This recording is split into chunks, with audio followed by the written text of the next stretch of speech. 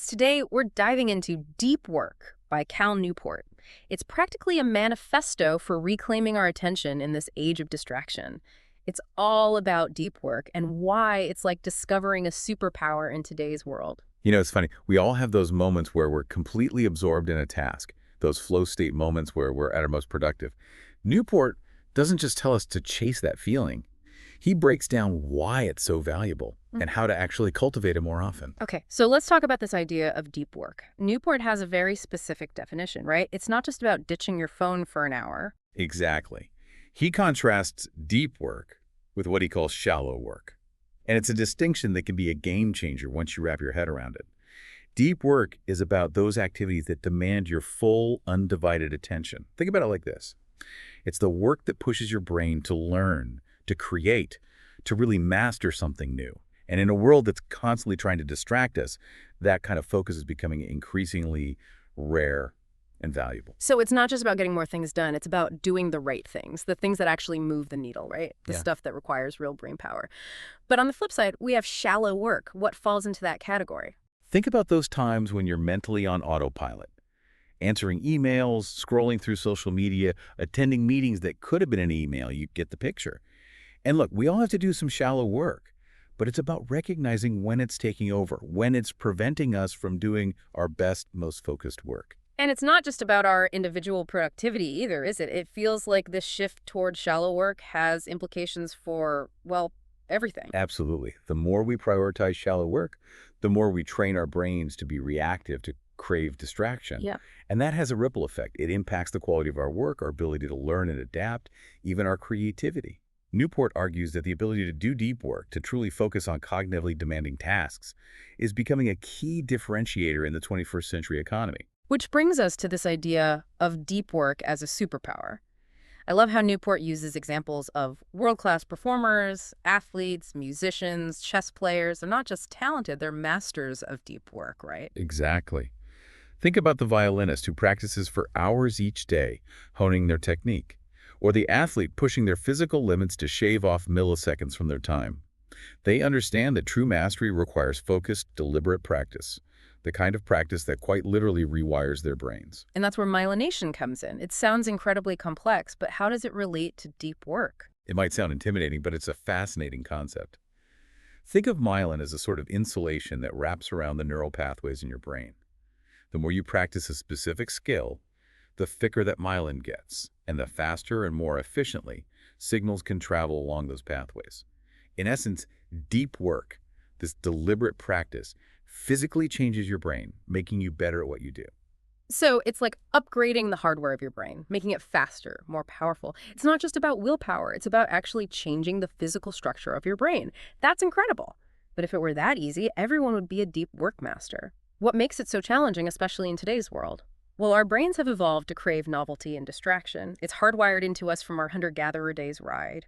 Back then, being alert to every rustle in the bushes could have meant the difference between life and death.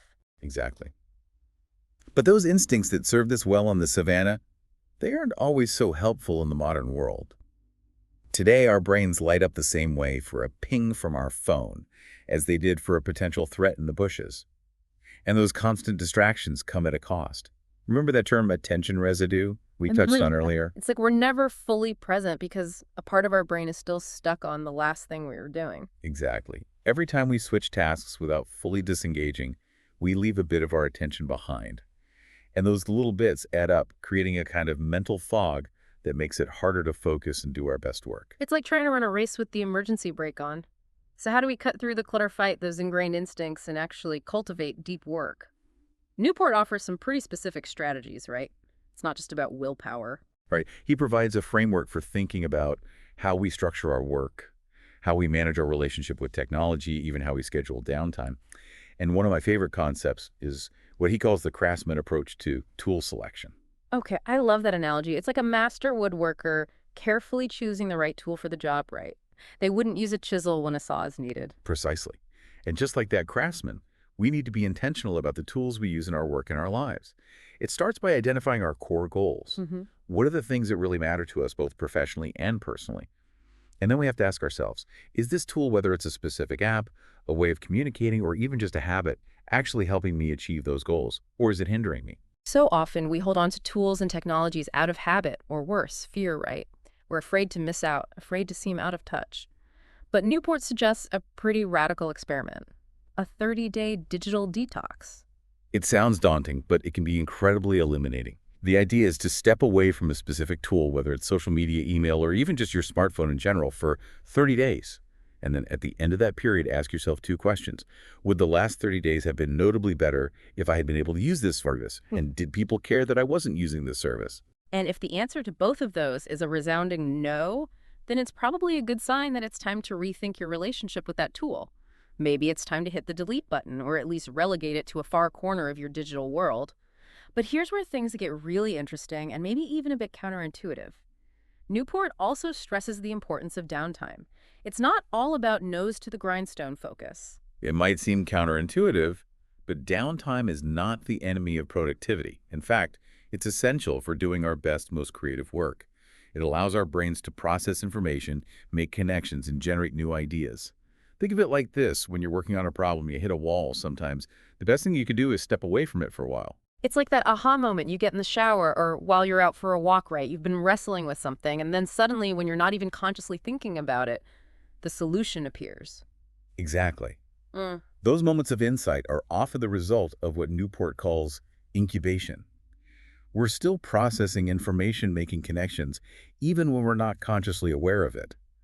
But those insights can't emerge if we're constantly bombarding our brains with new information and stimulation.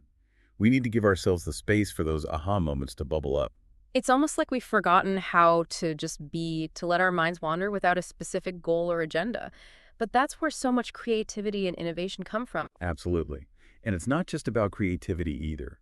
Downtime is also essential for recharging our mental energy. Deep work, as we've discussed, is cognitively demanding. It takes effort and focus. And just like our bodies need rest after a strenuous workout, so do our brains. Downtime allows us to recover and come back to our work refreshed and re-energized. So it's not about working ourselves to the bone. It's about working smart and resting smart. It's about finding that sustainable rhythm of intense focus and intentional rest. Okay. We've covered a lot of ground here. Deep work versus shallow work, deliberate practice, myelination, the craftsman. Approach the importance of downtime, even a 30-day digital detox. How do we bring it all together? Where do we even begin?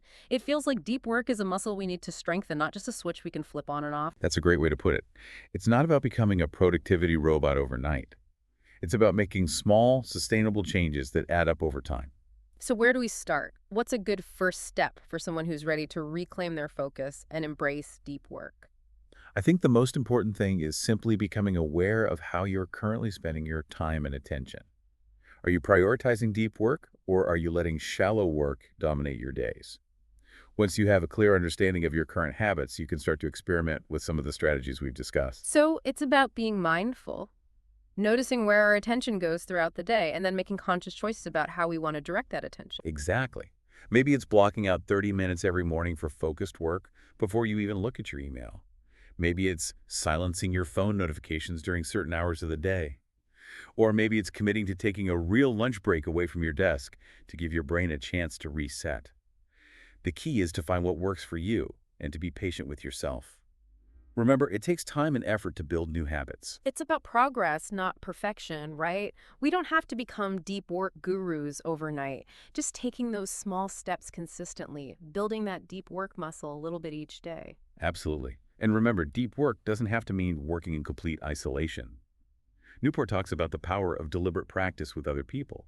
Think about a group of musicians rehearsing together or a team of athletes training together. They're pushing each other to perform at their best, providing feedback and holding each other accountable. So even though deep work is often seen as a solitary activity, there's definitely a collaborative element to it, especially in certain fields.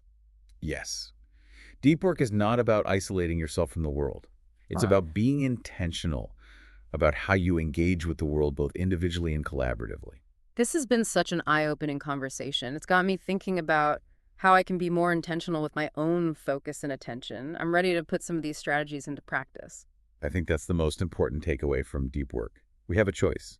We can choose to be reactive, to let the demands of the modern world dictate our attention. Or we can choose to be proactive, to cultivate the ability to focus deeply, and in doing so, to unlock our true potential. to reclaim our attention and, in a way, reclaim our minds. It's a powerful idea. And on that note, I'd like to leave you with a challenge. Think about one small step you can take today to incorporate more deep work into your life. Maybe it's setting aside that time for focused work, silencing those distracting notifications, or simply committing to a real break. Whatever it is, make the commitment. You might be surprised at the difference it makes. Until next time, happy diving.